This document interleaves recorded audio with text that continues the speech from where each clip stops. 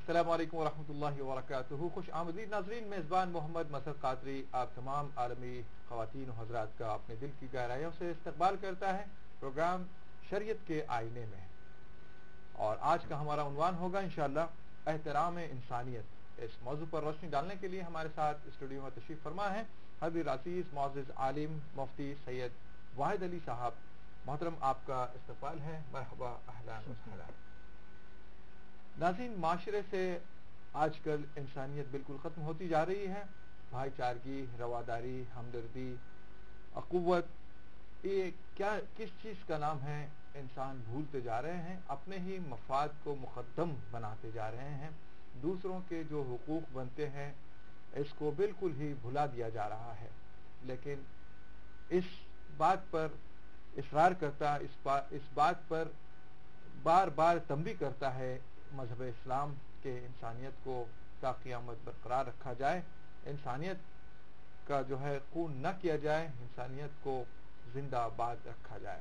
تو میں درخواست کرتا ہوں آج کے عنوان سے انشاءاللہ متعلق ہم بات کریں گے۔ مفتی صاحب سے درخواست ہے آج کا جو عنوان ہے احترام انسانیت، اس پر روشنی ڈالیں تمہیدی کلمات کے ذریعے۔ بسم اللہ الرحمن الرحیم،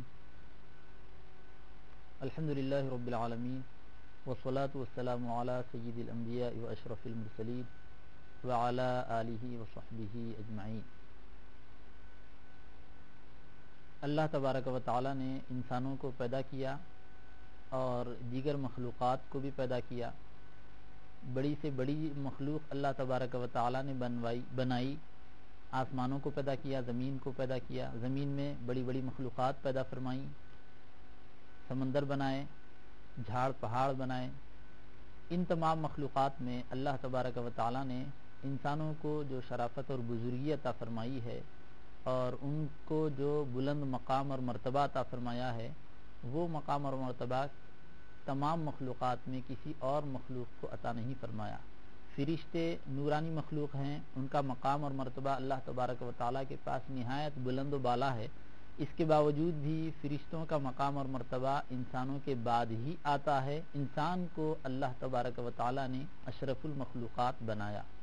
قرآن کریم میں اللہ تعالیٰ کا ارشاد مبارک ہے، وَلَقَدْ كَرَّمْنَا بَنِي آدَمَ، یقیناً ہم نے بنی آدم کو شرافت اور بزرگی بخشی ہے، یقیناً ہم نے انسانوں کو کرامت اور رفعت و بلندی عطا فرمائی ہے، اور ان کو تمام باقی جتنی مخلوقات ہیں، بہت ساری انگنت مخلوقات پر ہم نے انسان کو فضیلت عطا فرما دی ہے۔ اس آیت کریمہ سے معلوم ہوتا ہے کہ انسان کو اللہ تبارک و تعالیٰ نے غیر معمولی بلندی عطا فرمائی، اور ساری مخلوقات میں اس کو جو مقام حاصل ہے اور اس کو جو بزرگی اور بڑائی حاصل ہے، یہ کسی اور مخلوق میں اللہ تبارک و تعالیٰ نے یہ بات نہیں رکھی۔ اسی طرح انسانوں کے احترام کو پروردگار عالم نے قانون کے طور پر بیان فرمایا کہ بچہ جب پیدا ہوتا ہے تو پیدا ہونے سے لے کر بچے کے انتقال تک، کسی بھی انسان کے ماں کے پیٹ میں پلنے سے لے کر اس کی موت تک انسان کو بزرگی عطا فرمائی اور اس کے حقوق رکھا اور اس کے احترام کی باتیں رکھی، اور باضابطہ اس کے لیے قانون بنایا کہ اس کو کسی قسم کی تکلیف نہ دی جائے اور اس کے عزت نفس کو ٹھیس نہ پہنچائی جائے، اور کسی قسم کی اگر کوئی اس کو تکلیف دیتا ہے، کوئی ایک انسان ہی کسی دوسرے انسان کو تکلیف دیتا ہے، تو یہ بات انسان کے لیے نہایت ہی غلط بتلائی گئی اور کسی انسان کو تکلیف دینے والے کو مجرم قرار دیا گیا، گناہ گار قرار دیا گیا، اور اس کے لیے قرار واقعی رکھی گئی۔ بہت شکریہ ناظرین، آپ ہمارے ساتھ پروگرام میں براہ راست شامل ہو سکتے ہیں۔ اس کے لیے ہمارے فون نمبرات آپ نوٹ فرما لیں، اسکرین پر اسکرول ہو رہے ہیں، آپ راست طور پر فون کر کے ہم سے اپنا سوال کر سکتے ہیں اور میسج کے ذریعے بھی اپنے سوالات کر سکتے ہیں. مفتی صاحب سے میں درخواست کرتا ہوں انشاءاللہ اس عنوان کی مناسبت سے آج کل کی جو ماحول ہے, آج کل کا جو حالات دیکھتے ہیں ہم زمانے میں, تو انسان سبق لے جانوروں سے کہیں ایسی تصاویر کے ایسے واقعات میں دیکھنے میں آتے ہیں جہاں انسان کا احترام وہ جانور جو وہ مخلوق ہے جو کرتی ہے, لیکن انسان خود انسان کا احترام کم کرتا ہے. جی. تو اس طرح کی جو کیفیات ملتی ہیں, یہ اس طرح کا احترام جو دیگر قوم, دیگر جانور, دیگر مخلوق ہے وہ کرتی ہے لیکن انسان نہیں کرتا, تو اس کو کیسے انسان میں انسانیت کے احترام کو اجاگر کیا جا سکتا ہے؟ جی, اس کے لیے انسان کی عظمت و شرافت کو بتلانے کے لیے اسلام نے جو مسلمان کی تعریف کی ہے وہ تعریف کو ہی اگر ہم دیکھ لیتے ہیں تو نبی اکرم صلی اللہ علیہ وسلم کا ارشاد مبارک ہم کو ملتا ہے, المسلم من سلم المسلمون من لسانہ و یدہ. مسلمان وہ ہے اور حقیقت میں مسلمان وہ ہے جس کی زبان سے اور اس کے ہاتھ سے دوسرے مسلمان محفوظ رہیں, یعنی جس کی زبان کی تکلیف سے اور اس کی ہاتھ کی تکلیف سے, اس کے اعمال اور کردار کی تکلیف سے دوسرے مسلمان محفوظ رہیں. تو اس حدیث پاک سے معلوم ہوتا ہے کہ مسلمان کا مطلب ہی یہ ہے اور مذہب اسلام کا مطلب ہی یہ ہے کہ دوسروں کو کسی مسلمان سے تکلیف ہونے نہ پائے, نہ زبان سے وہ تکلیف دے, نہ کچھ لکھ کر تکلیف دے, نہ ہاتھ سے تکلیف دے, نہ اس کی کسی عمل اور حرکت کے ذریعے دوسروں کو تکلیف پہنچے. اسی طرح نبی اکرم صلی اللہ علیہ وسلم نے مومن کی تعریف فرمائی تو ان الفاظ میں فرمائی, المؤمن من امنہ الناس علی دمائہم و اموالہم. حقیقت میں ایمان والا وہ شخص ہے جس کے بارے میں سارے لوگ, پوری کی پوری انسانیت اپنی جان اور مال کے بارے میں اس سے بے خوف رہیں, مطمئن رہیں کہ یہ ہماری جان نہیں لے گا, اس کی وجہ سے ہماری جان پر کوئی آنچ نہیں آئے گی, ہمارے مال کی حفاظت میں اس کی وجہ سے کوئی خلل اندازی نہیں ہوگی. حضور پاک صلی اللہ علیہ وسلم نے ایمان والے اور اسلام والے ان دونوں کی تعریف کر کے بتلایا کہ یہی وہ لوگ ہیں, مومن اور مسلم یہی وہ لوگ ہیں جو حقیقت میں انسانیت کو فروغ دے سکتے ہیں اور انسانیت کا مکمل طور پر لحاظ رکھ سکتے ہیں. جی محترم, بہت شکریہ. ناظرین کالر لائن پر موجود ہیں, دیکھتے ہیں کون لائن پر ہے, کیا کہنا چاہتے ہیں. السلام علیکم. السلام علیکم. ہیلو, السلام علیکم.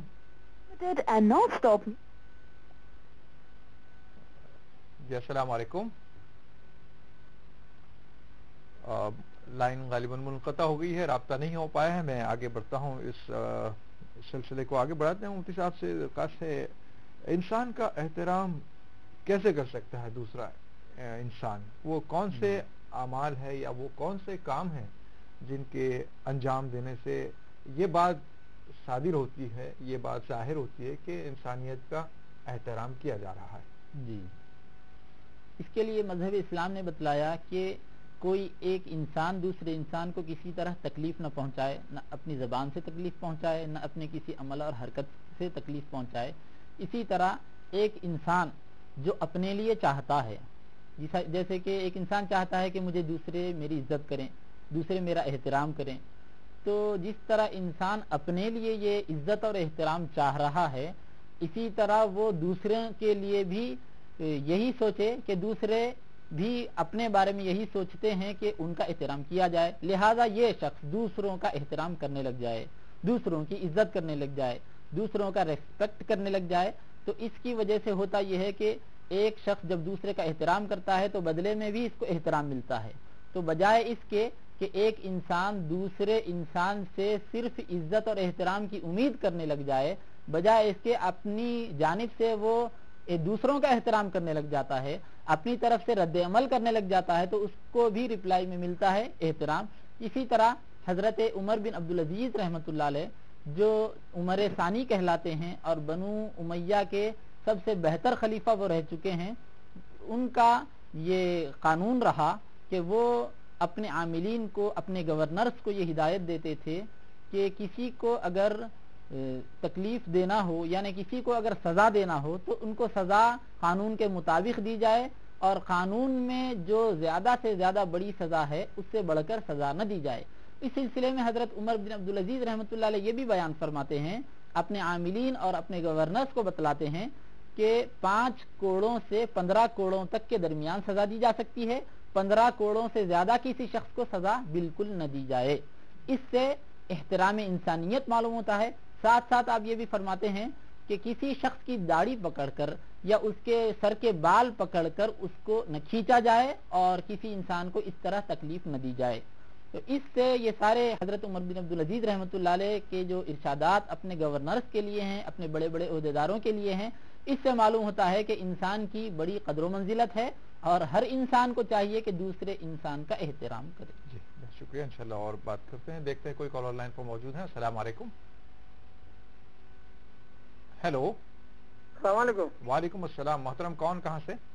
میں محمد نشاط معین برجاج نگر سے بول رہا ہوں. جی نشاط صاحب بتائیں, سوال بتائیں.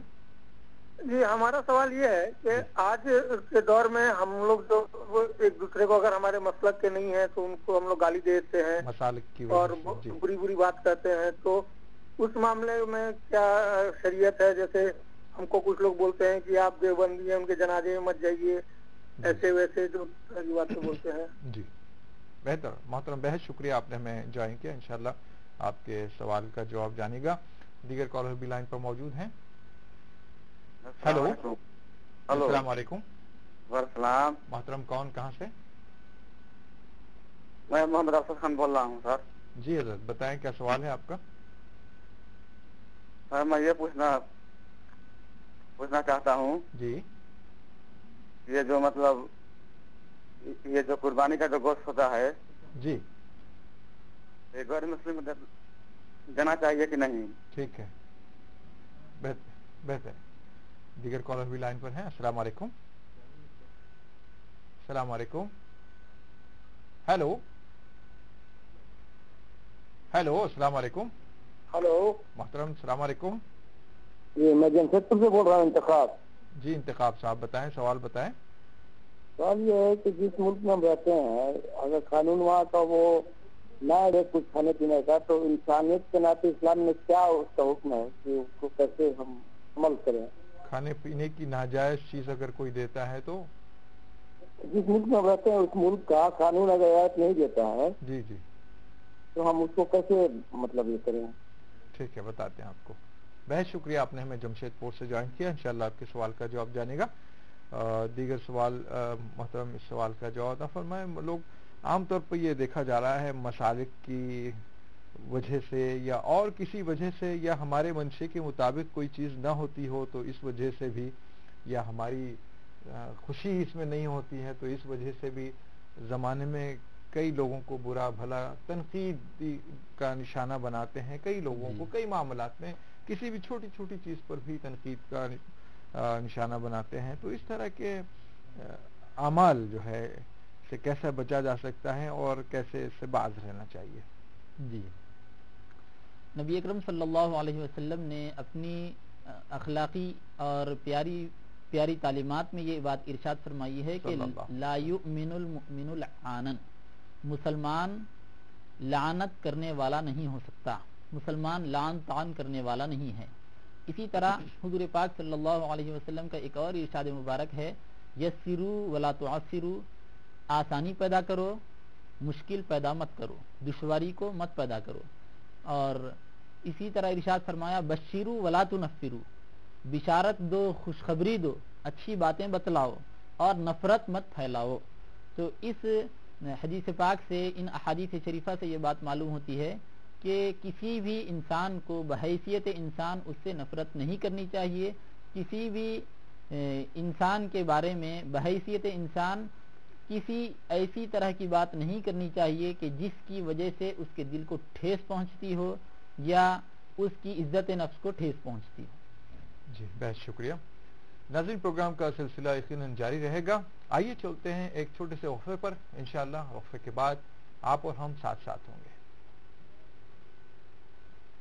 طيبة يا طيبة يا داوى الأليان اشتهي